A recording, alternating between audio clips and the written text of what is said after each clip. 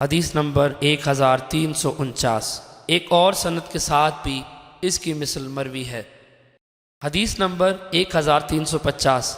حضرت ابو موسیٰ رضی اللہ عنہ فرماتے ہیں، میں اور میرے دوست جو میرے ساتھ کشتی میں آئے تھے اور مدینہ طیبہ میں بقیع کی پتھریلی زمین میں اترے تھے، ان میں سے کچھ حضرات باری باری عشاء کی وقت نبی اکرم صلی اللہ علیہ وسلم کی خدمت میں حاضر ہوئے تھے۔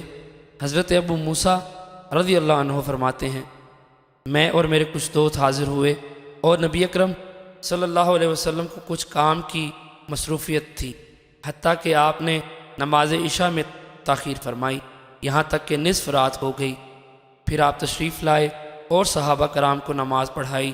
نماز پڑھا چکے تو حاضرین سے فرمایا، اپنی اپنی جگہ ٹھہرے رہو، میں تمہیں تاخیر کی وجہ بتاؤں اور تمہیں خوشخبری دے دوں کہ تم پر اللہ تعالیٰ کی یہ نعمت ہے کہ اس وقت تمہارے علاوہ کوئی بھی نماز نہیں پڑھ رہا۔ راوی کہتے ہیں، مجھے معلوم نہیں، آپ نے فرمایا لیس من ناسی احد، یا فرمایا ما صلی ھذا الساعہ احد غیرکم، فرمایا مفہوم ایک ہی ہے۔ راوی فرماتے ہیں، حضرت ابو موسیٰ رضی اللہ عنہ نے فرمایا، ہم رسول اکرم صلی اللہ علیہ وسلم سے یہ بات سن کر خوشی خوشی واپس آئے۔ حدیث نمبر 1351۔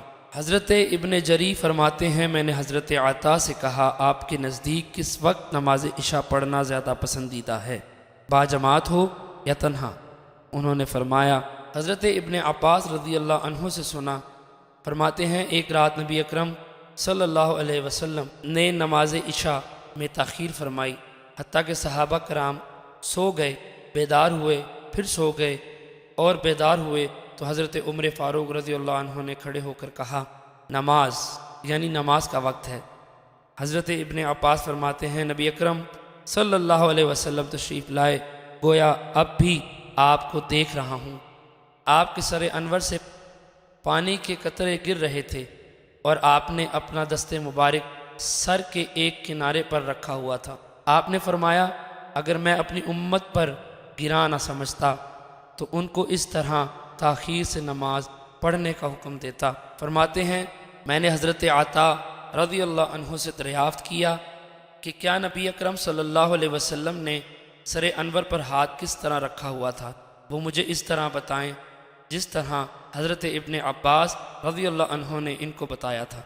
حضرت عطا نے میرے لیے اپنی انگلیوں کو کشادہ کیا، پھر انگلیوں کے سروں کو سر پر رکھا، پھر ان کو جھکا کر سر پر پھیرا، اس طرح پھیرتے رہے حتیٰ کہ آپ کا انگوٹھا کان کے اس کنارے سے ٹکرایا جو چہرے سے ملا ہوتا ہے، پھر کنپٹی اور داڑھی کے کنارے پر پھیرا، ہاتھ اور انگوٹھا کسی چیز کو چھوتا نہ تھا۔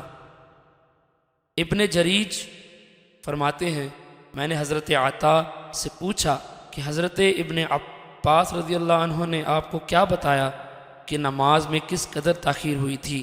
انہوں نے فرمایا، مجھے معلوم نہیں۔ حضرت عطا فرماتے ہیں، مجھے یہ بات زیادہ پسند ہے کہ میں باجماعت نماز پڑھوں یا اکیلا پڑھوں، لیکن اسے تاخیر سے پڑھوں جس طرح حضور علیہ الصلوۃ والسلام نے اس رات تاخیر سے پڑھی۔ اگر تمہارے لیے یہ بات مشکل ہو تو چھوڑ دو، یا تم لوگوں کو نماز پڑھا رہے ہو تو درمیانی راہ اختیار کرو، نہ جلدی کرو اور نہ ہی تاخیر۔ حدیث نمبر 1352۔ حضرت جابر بن سمرہ رضی اللہ عنہ فرماتے ہیں کہ رسول اکرم صلی اللہ علیہ وسلم نماز عشاء کو تاخیر سے پڑھتے تھے۔ حدیث نمبر 1353۔ حضرت جابر بن سمرہ رضی اللہ عنہ سے مروی ہے کہ رسول اکرم صلی اللہ علیہ وسلم باقی نمازوں کو اسی طرح پڑھتے تھے جس طرح تم پڑھتے ہو، لیکن نماز عشاء کو کچھ مؤخر کرتے تھے اور آپ نماز میں اختصار فرماتے۔